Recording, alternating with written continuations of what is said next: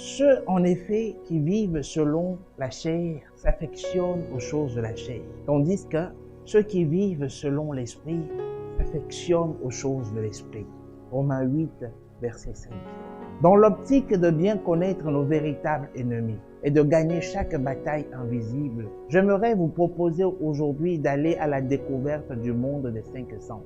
La chair, notre ennemi invisible qui se cache en nous, à l'intérieur de nous.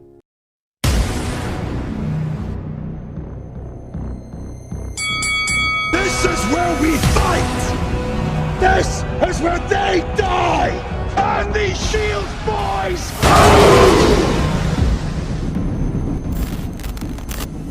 D'une source étymologique grecque, la chair vient du mot grec sars, qui signifie la peau ou le sens. Par conséquent, la peau est définie comme le monde des 5 sens. La chair ou la peau de l'être humain a des capteurs sensoriels intégrés, appelés les 5 sens, à savoir la vue, le goût, l'ouïe, le toucher et l'odorat. La plupart du temps, quand nous parlons de la chair, nous faisons allusion aux 5 sens et non aux organes du corps, à savoir le nez, la langue, les yeux, les mains et puis les oreilles.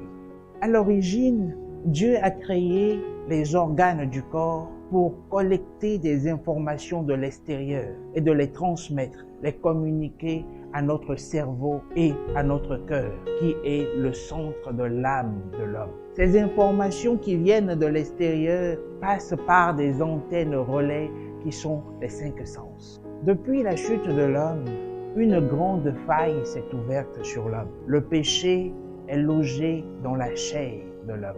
Satan utilise cette faille pour contrôler l'homme par les œuvres de la chair, afin de manifester en lui et à travers lui ses plans et ses projets démoniaques. Dieu a condamné le péché dans la chair en envoyant, à cause du péché, son propre Fils dans une chair semblable à celle du péché. Romains 8, verset 3. Bien chers frères et sœurs unis dans le sacerdoce baptismal, la bonne nouvelle pour vous et pour moi est empaquetée en Galates 5, verset 24.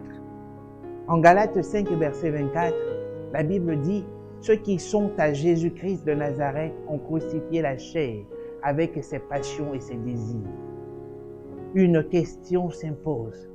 Êtes-vous à Christ? Si oui, le Saint-Esprit vit en vous et vous convainc du péché. Il a pour but de vous éloigner du péché et de vous donner la vie, afin que vous ne soyez pas des cobayes pour Satan. Sinon, il est d'ordre capital, voire très nécessaire, d'aller et de rejoindre une communauté chrétienne, de confesser Christ et de recevoir votre baptême.